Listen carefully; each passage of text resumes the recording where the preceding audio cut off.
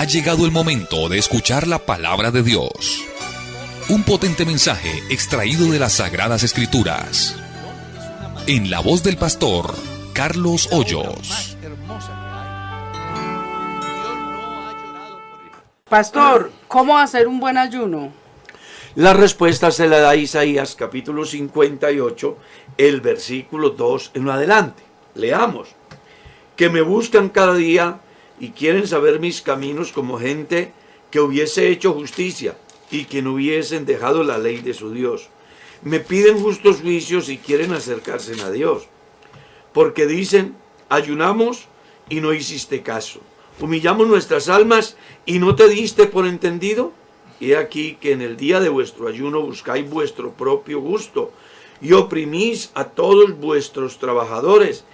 He aquí que para contienda y debate ayunáis y para herir con el puño, dice la Escritura, inicuamente. Luego les dice, no ayunéis como hoy, para que vuestro ayuno sea oído en lo alto. ¿Es tal el ayuno que yo escogí? Que de día aflige el hombre su alma, que incline su cabeza como junco y haga cama de silicio y de ceniza. ¿Llamaréis a esto ayuno y día agradable a Jehová? ¿No es más bien el ayuno que yo escogí, desatar las ligaduras de impiedad, soltar las cargas de la opresión y dejar libres a los quebrantados y que rompáis todo yugo? ¿No es que partas tu pan con el hambriento y a los pobres errantes albergues en casa y que cuando veas al desnudo lo cubras y no te escondas de tu hermano? Esa es la mejor manera de hacer el ayuno. Hay muchas personas que tienen un concepto muy equivocado del ayuno. Y resulta que el ayuno tiene una finalidad. Hay muchas personas que ayunan por tradición, como le sucedía al pueblo de Israel. Y vivían de una manera totalmente contraria. Entonces aquí, Dios le hace saber al pueblo que se justifica diciendo que hacen ayuno, que se humillan, que hacen cama de silicio. Dice, ese no es el ayuno que yo escogí, porque mientras ustedes aguantan hambre, fingiendo que están ayunando, están maltratando al prójimo, están quitándole el derecho al semejante. Ven al hermano que tiene hambre y no comparten. Ven que no tiene vestimenta y no es capaz de cubrirlo. Está errante sin tener morada fija y no lo albergan en la casa. Él dice, si ustedes de verdad quieren saber cuál es el verdadero ayuno, hagan primero lo que tienen que hacer con el prójimo como a ustedes mismos, porque ese sí es el verdadero ayuno. Entonces, ¿cómo hago yo un buen ayuno? Hombre, yo hago un buen ayuno cuando cumplo con todos mis deberes como cristiano ante mi prójimo. Y dos, cuando existe una causa definida.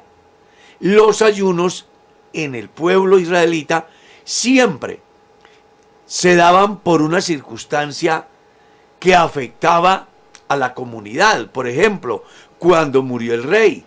Por ejemplo, cuando la libertad y la vida del pueblo de Israel estaba en juego a causa de Amán, que era un desalmado que quería raer de sobre la faz de la tierra al pueblo de Dios. ¿Ya? El ayuno es símbolo de luto, de aflicción. Sí, señor. Siempre tiene que haber una causa. No es como muchos suelen hacerlo. Hoy es miércoles, hoy es martes, hoy es lunes. Me voy a ayunar. Venga, pero ¿para qué ayunar? Bueno, por estar en la iglesia.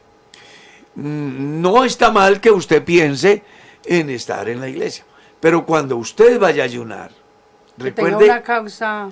claro, que haya una causa. Ejemplo, la salud de una persona, la cual genera tristeza, dolor en la familia, una tragedia que afecta a un país. El caso, por ejemplo, de la pandemia que ha hecho tanto daño a la humanidad, son motivos para que los cristianos ayunen de verdad.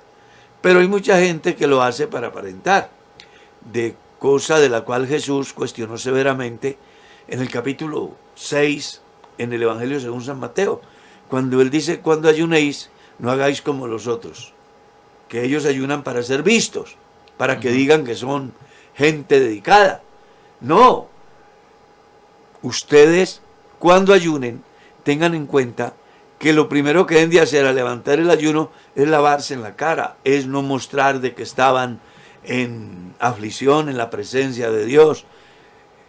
Cuando a Jesús le preguntaron acerca del por qué los discípulos de Juan y los fariseos ayunan y los tuyos no, él les dijo: vea, es que los que están de boda no ayunan. Vendrá el momento cuando les será quitado el esposo, o sea, habrá luto y ellos ayunarán, refiriéndose a que mientras Jesús estuviera con los discípulos no habían razones para estar ayunando. Pero una vez que Jesús fuera quitado de ellos, ellos entrarían en una etapa difícil y entonces tendrían motivos suficientes para ayunar. O sea, pastor, que muchas personas ayunan como por religiosidad. Claro, ¿cierto? siempre fue Como por una costumbre. así, hoy igual, y seguirá siendo. No estoy diciendo con esto que no se puede ayunar, eso también debe quedar claro. Los cristianos ayunamos y nosotros sacamos días para hacer ayuno, pero el ayuno debe tener una razón. Exacto. No ayunar. No porque hoy soy libre, ay, me voy para por la iglesia a ejemplo, ayunar. sí, hoy no tengo nada que hacer en la casa. Hoy me voy a ir para la iglesia a ayunar, pero ¿en aras de qué? O su vida... Pues de pronto en aras de venirse a orar. Pero eso es otra cosa. O hay que pensar es cómo estoy para ese momento. Bueno, eso sí. ¿Ya? Porque se trata de estar en paz con el prójimo, en paz consigo mismo y en paz con Dios, para que así su momento de vida devocional sea agradable delante Porque de si no es así, sería aguantar hambre. Ah, exactamente. Yo que me gano con venir a ayunar y con una raíz de amargura con un hermano. Exacto. ¿O qué me gano con venir a ayunar y viviendo en infidelidad, siéndole infiel a mi mujer o ella al marido? ¿Yo qué me gano con venir a ayunar cuando le estoy quitando al otro lo que no me pertenece a mí? O cuando tengo el corazón lleno de odio y de venganza. Pues eso no tiene sentido. Eso es una apariencia, es la actitud del fariseo. No, se trata de que el que ayune haga las cosas como Dios manda. Amén. Amén, pastor. Nos pregunta un oyente, dice, necesito su consejo. Un familiar que nunca ha aceptado el evangelio, ha sido ladrón, mentiroso y ha estado rodeado de un ambiente de pecado, de homosexualismo y otras cosas. Ahora viene a nosotros, a mi familia, dice la hermana, y dice que ha cambiado y nos habla como si fuera cristiano. Siempre nos solicita dinero y dice que quiere ir a la iglesia. Pero tememos por nuestra integridad y tememos que sea una mentira. ¿Qué debemos hacer? Creo que si él dice que ha cambiado, pues esperen el cambio, ¿no? Jesús dijo: por los frutos los conoceréis. Claro. Ahora, es importante que comprendamos que al prójimo debemos de ayudarlo, independientemente de la vida que tenga la persona. Pero eso no es igual a introducirlo en la casa. ¿Ya? Yo he ayudado a gente de toda clase.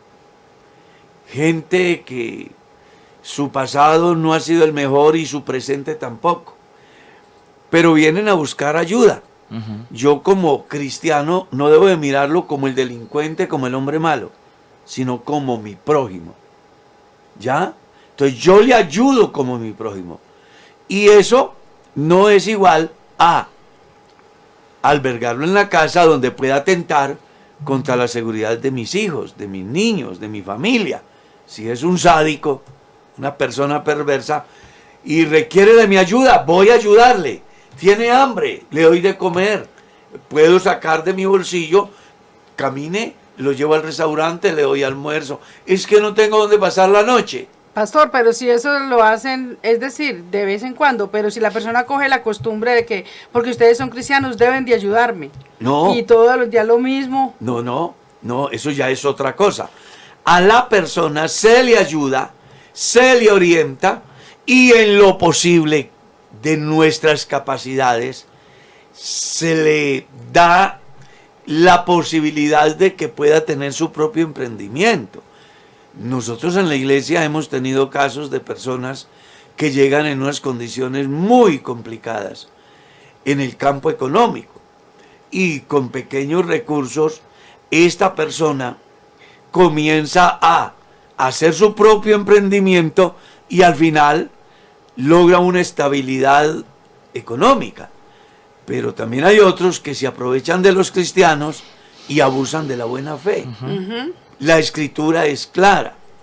Si alguno no quiere trabajar, que tampoco coma. Así dice la Biblia. Así dice la Biblia. Entonces yo tengo que establecer la diferencia. Si es un vividor o es una Exacto, persona que sí. de verdad tiene una necesidad. Y si es un vividor, pues yo le ayudo una vez, porque es mi prójimo. ¿Ya? Pero no puedo echarme la obligación que ni Dios, ni la ley, ni yo estoy en condiciones de llevar. Amén. Pastor, Amén. ¿es correcto que un cristiano diga, declaro derrota al enemigo? O decirle a un hermano, te declaro en derrota, siendo un hermano de la iglesia.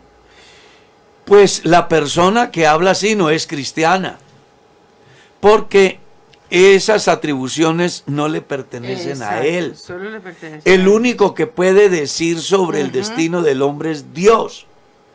Esa es una figura de la famosa teología de la prosperidad, donde viven declarando y declarando y ellos mismos son esclavos de lo que dicen que declaran. ¿Sí? Aquí lo que las personas deben de aprender a hacer es lo que Dios manda. El único que tiene poder de declarar el bien o el mal sobre el ser humano es Dios. Amén. Ningún ser humano está en condiciones de utilizar esos términos y mucho menos para referirse a su hermano. Eso no tiene nada que ver con el cristianismo y la persona que se sienta afectada porque alguien lo está maldiciendo, despreocúpese de eso, que maldición sin causa no llega. Amén. Eso debe también de tenerlo en cuenta. Así que a mí, como dice por ahí el lenguaje popular, me resbala lo que la gente diga en contra de mí si yo soy un hijo de Dios. Así el otro desee lo peor para mí. Mi defensor es Dios, habitar al abrigo del Altísimo, es morar bajo la sombra del Omnipotente. Si Él es mi luz y mi salvación, ¿de quién temeré? Si Jehová es la fortaleza de mi vida, ¿de qué de atemorizarme? Si Dios es con nosotros, ¿quién contra nosotros? Así que nuestra vida está escondida en Dios. Y no hay arma forjada contra el cristiano. Y quien se atreva a hacerlo, se mete en un problema. Porque resulta que quien se mete con un hijo de Dios, se está metiendo con Dios mismo. Amén. Mi pastor, también nos pregunta un oyente, dice, hermano, soy casada por lo civil desde hace 14 años. Dale, Esfera. Sin embargo, hace 6 años me separé. Perdón, hace 6 años me separé y me casé estando apartada. Ahora me reconcilié con el Señor. ¿Qué debo hacer? Si ella se divorció, No, solo se separó de cuerpos, pero no se divorció. ella era casada Ella se casó estando apartada y luego se separa. y luego se separa Y ahora, se reconcilia con el Señor. y consigue otra pareja. No. Dice que solo se reconcilió. Ah, pero ella es casada. Es casada y está separada. Ella dice, ¿qué debo hacer? Sí. Bueno, a los que están libres mando no yo, no el Señor, sino yo dice que si está unido en matrimonio, no procures soltarse. Y si estás libre, no procures casarte. Si ella se casó y luego se divorció estando apartada y está sola, pues ella debe de seguir su camino en Dios, y si en el camino, ya ella estando divorciada, resulta a alguien a quien amar, con quien hacer un proyecto de vida, pues si ella se divorció habiendo sido bautizada en la iglesia, ella debe de acudir al tribunal eclesiástico para que el tribunal eclesiástico le defina su situación eclesial, por cuanto ella ya era miembro de la iglesia cuando se casó. Y por supuesto, más allá de que estuviera apartada, sigue vinculada por causa del bautismo y la nueva vida en Cristo a la iglesia del Señor. Ella debe de acudir al tribunal eclesiástico diciendo: necesito que me definan su situación o la situación. Amén, amén. Amén. Bueno, pastor, ¿qué hacer con una persona que va a la iglesia y todo lo que hacen en la iglesia lo cuestiona para mal? Todo para él es negativo. ¿Qué puedo hacer? Llamarle la atención, pero a veces me da temor porque la familia pues tiene también familiares. ¿Qué puedo hacer ahí, pastor? Esa es una pregunta que hace un pastor, Sí, un pastor hace esta pregunta. porque tiene esa dificultad en su iglesia. Bueno, hay varias cosas que se pueden hacer. Le aclaro que lo que yo voy a decir aquí no es lo que usted tiene que hacer. Le voy a tratar de dar algunas opciones. Y usted piensa y escoge la que mejor crea que le va a funcionar. Cuando hay una persona difícil en la iglesia, hay varias posibilidades. Una, se inicia el proceso que menciona el Evangelio según San Mateo, capítulo 18. Se le llama solo, se le amonesta, y si éste reflexiona, pues nada pasa, él seguirá en la iglesia como un miembro de la iglesia activo. Si él persiste en su mal proceder, que además afecta a la comunidad, debe de reunir a los diáconos, a 2 o 3 testigos, para que en boca de 2 o 3 testigos conste toda palabra. Si éste ante los testigos asume una posición humilde y decide cambiar de actitud, pues el pastor, como los que están con él, deben de restaurarlo. Pero si éste persiste en el mal camino, el deber del pastor es decirlo a la iglesia, para que la iglesia no se conviertan en jueces que escarnecen, sino más bien en amigos que aconsejan y que le van a ayudar haciéndole consciente de todo lo que está a punto de perderse por su actitud rebelde e indiferente al propósito que Dios tiene para con él.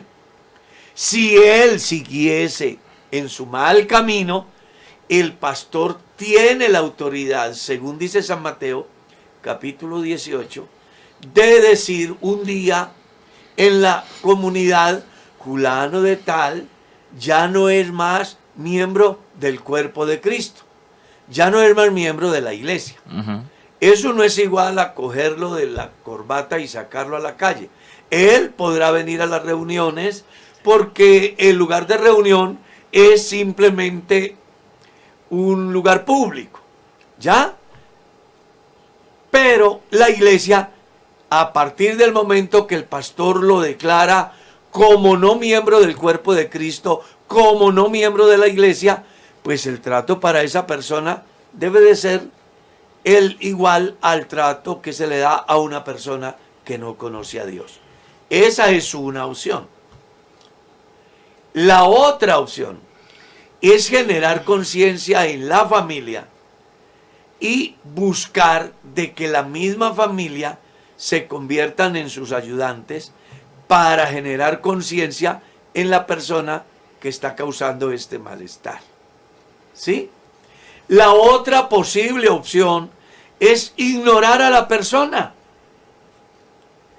Y yo sí quiero decirle al pastor que está viviendo esa situación, que debe de entender que su trabajo es el trabajo de Dios y no debe de preocuparse porque esta persona, entre comillas, se convierta en un obstáculo. Porque la verdad, la obra de Dios no tiene competencia.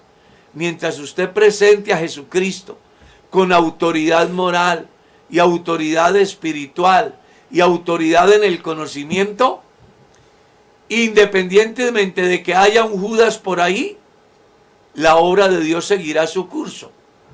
Porque la obra de Dios nada ni nadie lo puede detener. Pero en cuanto a decisiones, ya sabes que hay 3 y posiblemente 4 opciones. La primera, haga el debido proceso según el Evangelio.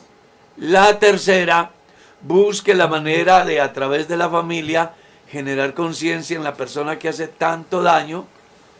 Y la tercera, haga de cuenta de que no existe dicha persona. Si ya usted lo amonestó, lo corrigió y él persiste en su mal, pues es una opción. No prestarle atención y al final la misma gente y él mismo tendrá que tomar una decisión. Sí, señor. Al ver de que no cuenta para nada, él tendrá que tomar una decisión de enderezarse o hacerse a un lado. Que eso es lo que uno encuentra en la primera carta a los Corintios, cuando un hombre es entregado a Satanás a causa de su mal comportamiento. Luego en la segunda carta lo encontramos que ante la indiferencia de la iglesia, a causa de su pecado, él se humilla y al final el apóstol Pablo pide que se le restablezca porque él, al verse marginado, tomó la decisión de reconciliarse con Dios reconociendo su pecado y entendiendo que la disciplina que ha venido sobre él es por su mal comportamiento. Amén. Amén, pastor. También una hermana nos envía su pregunta y dice que si pudiera usted explicarle, por favor, aquel aparte de la Biblia donde dice que si un hijo nos pide un pedazo de pan le daremos una piedra, o si nos pide algo de comer le daremos una serpiente. ¿A qué hace referencia este pasaje? Dice la hermana. El pasaje está haciendo referencia al comportamiento de Dios con el hombre y el comportamiento de los padres con sus hijos. Para mostrar que si el padre de familia, siendo malo, sabe darle buenas dádivas a sus hijos, es decir, que si le pide pan, le da pan. Sí, señor. Y que si le pide pez, le da pez. No le da lo contrario. Entonces dice el Señor, si eso hacen ustedes que son malos, ¿cuánto más hará Dios por sus hijos? Amén. Y textualmente dice, ¿cuánto más dará el Señor el Espíritu Santo a los que se lo pidan? Y en otra parte dice, dará buenas cosas a los que le pidan. Aquí lo que está mostrando el pasaje es algo sencillo. Que por bueno que sea el hombre, o por malo que sea, siempre buscará darle lo mejor a sus hijos. Y si eso hacen los humanos, ¿qué no hará Dios que es bueno, que es misericordioso, que es amor? Así que lo que está diciendo la Biblia es, pida a Dios, que Dios tiene lo mejor para ti. Pastor, tengo 3 hijos y estoy separada hace 3 años por infidelidad de mi esposo. Ahora estamos juntos nuevamente o él siempre viene y me busca solo para tener intimidad. Él convive con otra persona permanentemente. ¿Qué debo hacer, pastor? ¿Puedo seguir ahí o qué? Es muy interesante la pregunta porque me da posibilidad de hacer claridad en algunos aspectos. La primera, si usted está casada con él todavía, pues usted sigue siendo su mujer, aunque él ha violado el pacto del matrimonio. ¿Ya? Pero si usted acepta que él venga a buscarle, y usted tiene intimidad con él, usted no está cometiendo un pecado. Es el hombre que Dios le dio. Claro. Él es el que está fallando al estar con otra persona. Pero usted sí tiene que valorarse. ¿Por qué? Porque la persona que está aquí, que está allá, lo menos que usted tiene que hacer es tomar medidas de prevención para que no resulte siendo afectada su salud. Y 3, usted debe de hacerle saber a él que él debe de tomar una decisión. ¿Se queda en la casa o se queda con la otra? Y 4, usted también tiene que aprender a valorarse. Porque, en primer lugar, está poniendo en riesgo su salud. Y en segundo lugar, está consintiendo que él participe aquí y allá sin asumir la responsabilidad que debe de asumir como esposo y como padre. Entonces yo creo que también la mujer cristiana, pues una cosa es que su marido le sea infiel y ella no lo sepa. Otra cosa es que su marido le sea infiel y ella lo sepa. Si ella lo sabe, ella debe de ponerlo a escoger, aquí o allá, y fijar una posición. Amén. Para que, en primer lugar, usted se sienta como lo que debe ser, una mujer valorada. Y en segundo lugar, minimice efectos negativos en su salud. Amén. Amén. Pastor, dice nuestro oyente, ¿me puede explicar por favor el Salmo capítulo 11, versículo 3? El Salmo 11, verso 3. Sí, señor. Vamos a mirar aquí. Dice así: si fueren destruidos los fundamentos, ¿qué ha de hacer el hombre? Capítulo 11, verso 3 del libro de los Salmos. Yo le recomiendo que se lea el Salmo completo, refugiándose en Dios. Así titula el Salmo. Para dar una enseñanza en el sentido de que todo puede pasar. Entre ellos, que se derrumben los fundamentos de la familia, de la institucionalidad, los valores, principios, pero que hay algo interesante, y es refugiarse en Dios. Amén. No dejarse llevar de la circunstancia, porque si lees bien el Salmo, vas a encontrar que dice: ¿por qué le dices a mi alma que escape al monte cual ave? Cuando el deber sería más bien: acuda a Dios, que en Él está la solución. Amén, amén.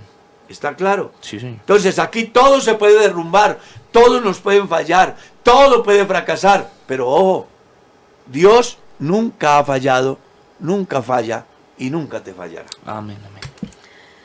Amén. Hermano Carlos, uno como cristiano es natural que en la casa alegue con sus hijos para que ellos, para impedirles muchas cosas que no están bien. ¿Esto es pecado? Alegar con los hijos y discutir Yo con creo ellos. que alegar con ellos no está bien. Es que cuando los padres de familia alegan con sus hijos, me hace pensar que perdieron la autoridad. No hay que alegar con los hijos. Hay que fijar una posición. Una cosa es yo iniciar una discusión con los hijos donde se dan momentos bastante complejos. Otra cosa es yo llamar al hijo sin sofocarme y decirle: venga, hijo, algo está haciendo usted que no es avalado por Dios y que va en su contra. Y se trata de esto. Así que de hoy en adelante las cosas aquí van a cambiar. Se va a hacer como yo digo, fijo una posición. En el momento que mi hijo no se somete a la regla, entonces yo debo de tomar la segunda decisión, y es: ¿vas a hacer lo que aquí se dice o no puedes vivir en casa? Porque no puede ser que la autoridad que es papá y mamá, sean sometidos a la necedad de los hijos. Yo como padre de familia debo de comportarme a la altura de un hijo de Dios. Y una vez que yo me comporto a la altura de un hijo de Dios, como padre o como madre, pues tengo la autoridad moral y espiritual suficiente para exigirle a mis hijos. Y ellos deben de tener la capacidad de aceptar lo que papá y mamá dicen, y el día que ellos no estén de acuerdo, pues que sencillamente tomen su maletica y hagan su vida donde nadie los controle, donde ellos puedan hacer lo que quieran, conscientes de que tendrán que asumir consecuencias, porque de toda acción que el hombre haga, pues tiene que responder. Amén. Entonces yo respondo por mis hijos mientras son menores de edad, y ellos deben de hacer lo que en la casa se diga. Cuando ellos crezcan y tomen sus propias decisiones, deben también de aceptar las consecuencias.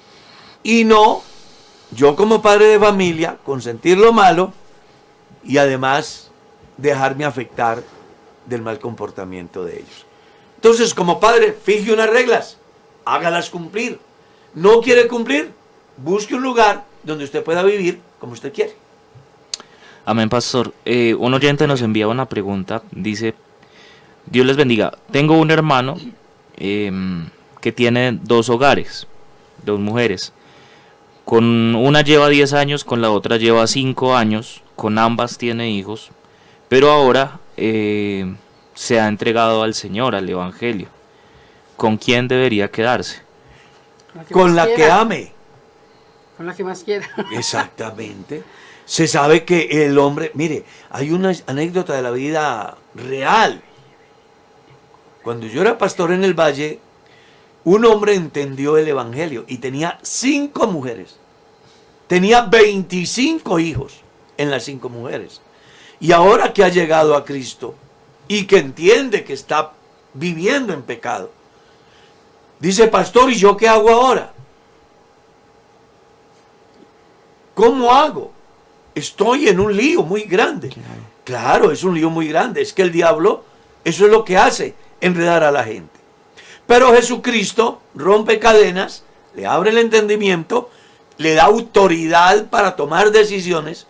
Y entonces se le dijo: vea, usted lo que tiene que hacer es, regla número 1, ábrale una cuenta a cada una de las familias y consigne el dinero para que cada una de esas familias subsista, porque el hecho de que usted se convierta al Evangelio no es igual a que tiene que abandonar a sus hijos.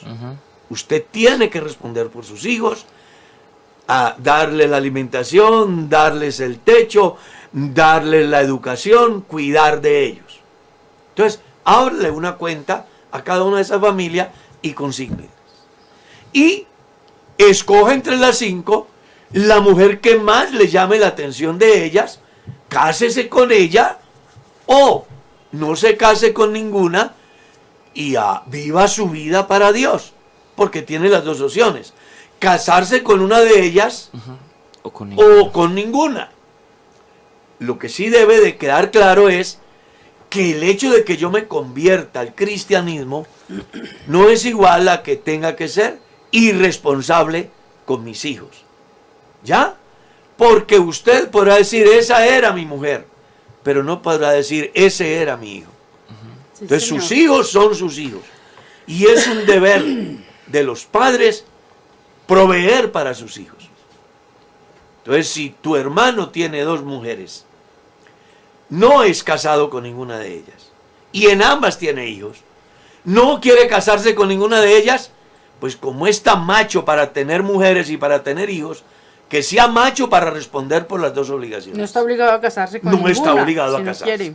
si no quiere.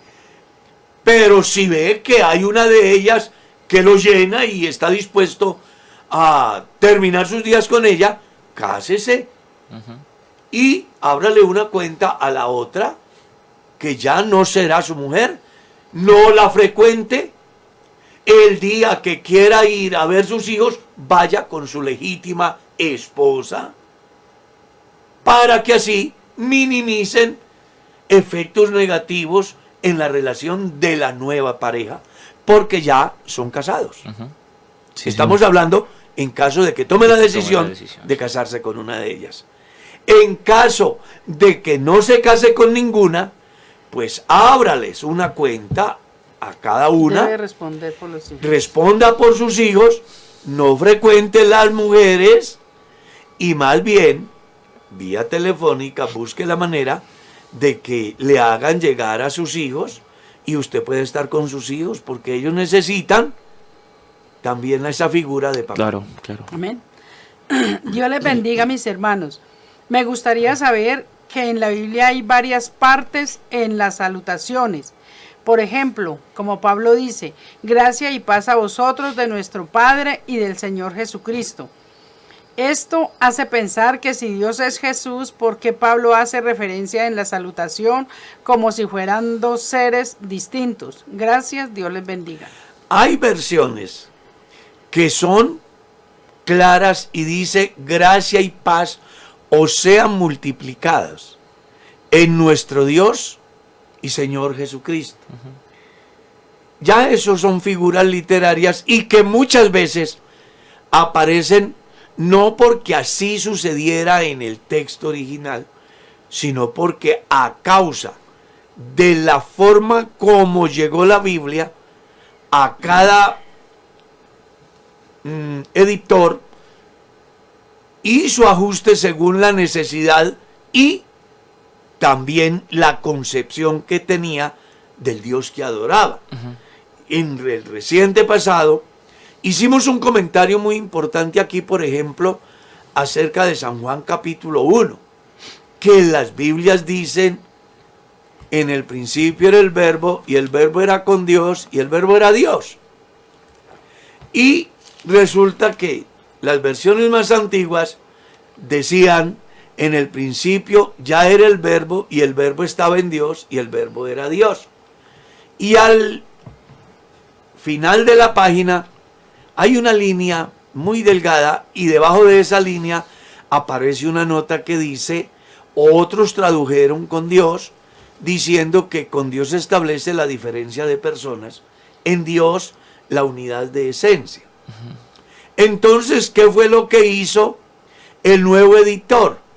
Miró en la nota marginal la palabra con y quitó del texto la palabra en, y entonces aparece el fenómeno que hoy le hace pensar a la gente que Jesús está al lado o está con, cuando resulta que Jesús no está al lado ni está al con. Jesús es Dios sobre todas las cosas. Amén, amén. Entonces, eso también va a suceder en las salutaciones que de pronto a ustedes le generan alguna inquietud. Pero que la mejor manera de resolverla es leer 1 de Timoteo, capítulo 3, verso 16, donde el apóstol deja claro que con relación a la deidad de Cristo no hay razones ni motivos para discutir. Él es Dios manifestado en carne. Amén. Amén. Pastor, un oyente también nos dice, ¿cómo será el milenio? ¿Quiénes gobernarán las naciones? ¿Habrá muerte para los que nazcan en esa dispensación? La Biblia dice en el capítulo 20 de Apocalipsis que vi un ángel fuerte con una gran cadena en la mano y vino y aprendió a Satanás, ¿cierto? Y lo tuvo prendido por 1000 años. 1000 años que según Isaías capítulo 11 y según Isaías capítulo 59, verso 19, es el resultado de la oración que Jesús le enseña a los discípulos en San Mateo capítulo 6, el reino de Dios. El reino de Dios tendrá una duración de 1000 años. ¿Quiénes van a entrar al reino? Los que el Señor colocará a su derecha, según el capítulo 25, verso 31 en adelante del Evangelio según San Mateo. ¿Quiénes son ellos? Las naciones que trataron bien a Israel a lo largo de toda la historia. ¿Quiénes son los que estarán a la izquierda? Las naciones que han tratado mal al pueblo de Israel durante toda la historia. Por eso hay dos fines diferentes. Los que trataron bien al pueblo irán a poseer el reino preparado para vosotros desde antes de la fundación del mundo. Los que trataron mal a Israel, id malditos al fuego eterno. Y les explica por qué. Sobre esa gente va a gobernar la iglesia en cuerpos glorificados. Y una muy linda enseñanza la encuentra en la parábola de las minas. Te daría autoridad sobre 10 ciudades, sobre 5 ciudades, lo encuentras. Según está escrito en el libro de Apocalipsis, hay una muy bonita enseñanza. Al que nos amó y nos lavó de nuestros pecados con su sangre, y nos hizo para nuestro Dios reyes y sacerdotes, y reinaremos sobre la tierra, refiriéndose al gobierno de la iglesia en el periodo milenial. Si lees el libro de Daniel capítulo 7, vas a encontrar que el reino le fue dado a los santos del Altísimo. Si lees en una de las cartas apocalípticas, vas a descubrir que Dios le dice que le daría autoridad sobre las naciones. Y las va a regir, las va a gobernar. Entonces, ¿sobre cuáles naciones gobernará la iglesia? Sobre las naciones que gobernaron bien a Israel. ¿En qué tiempo sucederá? En el periodo milenial. ¿Cuándo se dará? Después de la segunda venida de Cristo. Porque la segunda venida de Cristo es un evento que produce un efecto sobrenatural en los que estemos vivos en el sentido de la transformación y en los que están muertos en el sentido de la primera resurrección. Amén. En cuerpos glorificados tendremos la autoridad y el control del mundo en el periodo milenial, donde se cumplirá lo dicho por el profeta Zacarías, que en aquel tiempo Jehová será uno y uno su nombre. No habrá discusión teológica sobre quién es Jesús. Amén, amén. Lo conocerán desde el oriente hasta el occidente y entenderán que Jesús es el Rey de Reyes y es el Señor de Señores. Amén, amén. Y la iglesia, su ejército, sus funcionarios, los cuales ejerceremos autoridad sobre esas naciones, las cuales, cumplidos los 1000 años, dice la Biblia, Apocalipsis 20, Satanás será suelto y comenzará a engañar a estas naciones sobre las cuales la iglesia gobernó. Y estos prepararán un gran ejército contra Dios, teniendo que ver con Gog y Magog. Sí, señor. Que por eso es que yo no comparto mucho la tesis de los escatólogos que a causa de la guerra en Ucrania le están metiendo en este tiempo. Cuando realmente eso sucederá 1000 años después de que la iglesia haya sido Sí, señor. transformada. Así es. Entonces, ¿cuánto tiempo durará el reino? 1000 años. ¿Quiénes gobernarán? La iglesia. ¿Sobre quiénes gobernará? Sobre las naciones que trataron bien a Israel, que entrarán a disfrutar en condiciones humanas ese periodo, donde, según dice el profeta Isaías, no habrá niño que muera de pocos días, porque el niño morirá de 100 años y el pecador de 100 años será maldito. Plantarán viña y comerán de su fruto. Edificarán casa y la habitarán. Se casarán y nadie les quitará a su mujer. Son promesas netamente materiales para el pueblo que ha de vivir en el periodo milenial. Amén. Amén, amén. Amén. Pastor, hay muchas, pero muchas preguntas. Bueno, entre ellas, una persona pregunta. Pero es que el jueves volvemos a estar aquí. Amén, amén. Y si el Señor no ha venido, esto va para largo. Amén, amén. Pero como todos los días. Sí, son todos más los días van preguntas. apareciendo.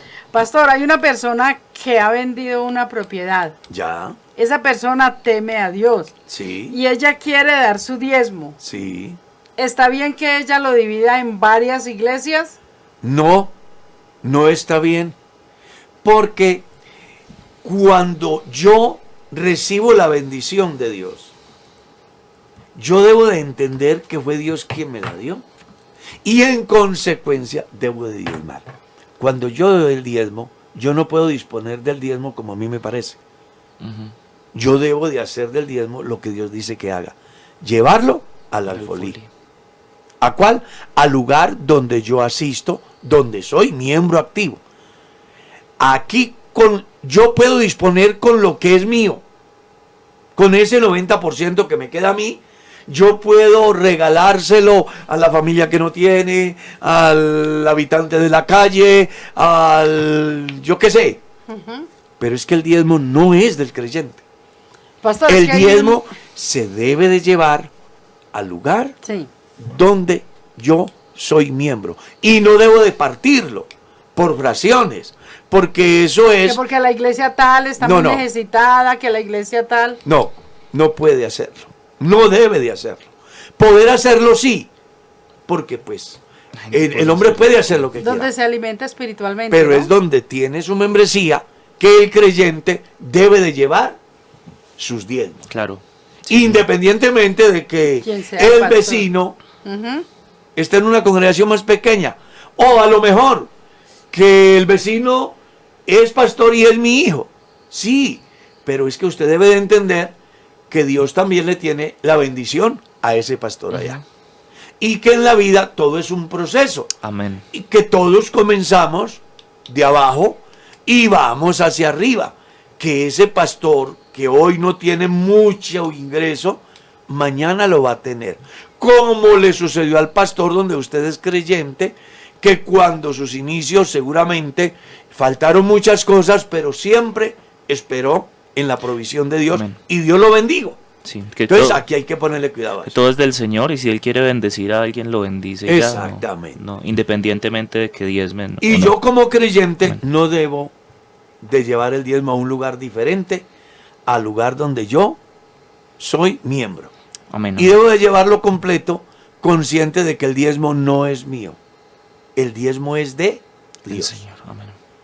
Pastor, un oyente también nos pregunta, dice, ¿es posible que un demonio en una joven pida que se le deje adorar a Dios por 5 minutos como testifica un pastor?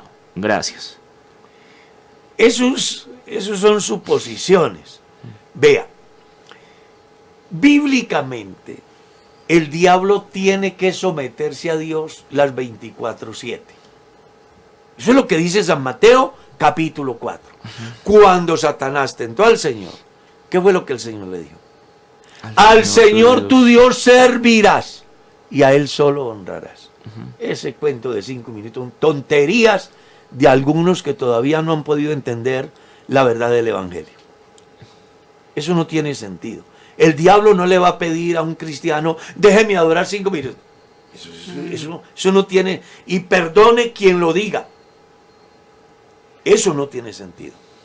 El diablo cree en Dios. Y tiembla. Y como si fuera poco, es un siervo de Dios. Satanás no pudo atentar contra la vida de Job porque Dios le colocó reglas a Satanás. Y le dijo, vaya, pero no toques con su vida. Satanás es un siervo de Dios. Jesús mismo le dijo, al Señor tu Dios honrarás y a Él solo servirás. Así que no va a haber un demonio que esté diciendo, préstame 5 minutos. El diablo sabe quién es Dios porque Él estuvo allá. Y le debe adoración.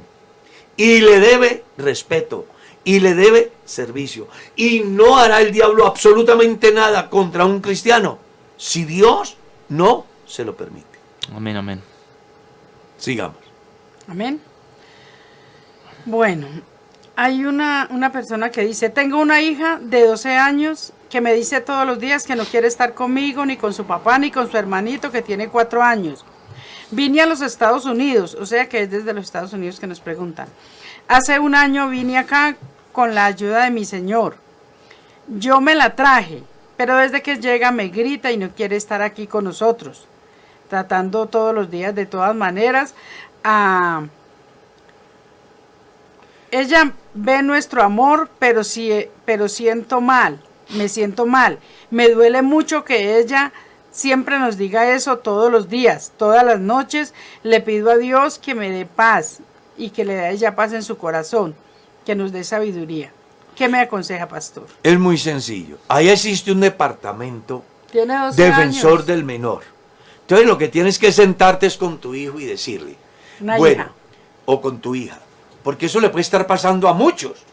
Pastor, ¿yo qué hago? Mi hijo es menor de edad y no quiere aceptar las reglas de la casa y a toda hora cuestiona y quiere hacer lo que se le viene en la cabeza. Pues es muy sencillo. Si es en Colombia, siéntese con su hijo y dígale, te vas a someter a las reglas de la casa porque eres un niño o una niña. Si no quieres, te llevo a bienestar familiar. Y allá te internan y allá harás lo que te digan allá. Pero no podrás hacer lo que quieras. Igual sucede allá en Estados Unidos. Allá debe de haber un ministerio o un departamento que cuida de la niñez. Entonces, infórmese y hágale saber a su hijo que mientras sea menor de edad, él tiene que aceptar las reglas de la casa sin cuestionar. Y si no está de acuerdo, pues que lo llevas a ese departamento del menor, donde allá tendrá que hacer lo que le digan sus superiores en esa institución. Te lo comento porque aquí yo tuve ya la experiencia. Un padre de familia de un departamento distante de donde yo vivo me ha llamado desesperado. Tengo un hijo que es adolescente y resultó que se ha enamorado de una niña también. Yo le he dicho que no le conviene esa relación y la decisión que él ha tomado es irse para donde la familia de la niña a estar allá. Y resulta de que él es un niño, él es menor de edad. Yo no sé qué hacer, si traerlo a las malas o qué hago, pastor. Le dije, no, es muy sencillo. Hable con él, dígale que es menor de edad, que como tal debe estar en el hogar. Claro. Y que en caso de que no quiera estar en el hogar, hay otro hogar que se llama bienestar familiar, que usted lo va a llevar allá, Porque es menor de edad. por ser menor de edad. Y entonces allá tendrá que hacer lo que se le diga. Claro. ¿Ya? Aquí tuvimos un ejemplo claro, ¿no? Una madre de familia corrige a su hijo adolescente y en protesta se va a denunciar la bienestar familiar. Que mamá me está maltratando, que mamá... Y entonces pensó de que se podía regresar. ¿Y qué hizo bienestar familiar? Mi hijo, usted no se puede ir, se queda aquí. Él se fue por lana Salió trasquilado. y salió trasquilado. Los niños menores de edad no pueden hacer lo que quieran. Ellos tienen que estar sujetos a sus padres o sujetos a la institución para los menores de edad establecida por el Estado. Amén. El tiempo se nos fue.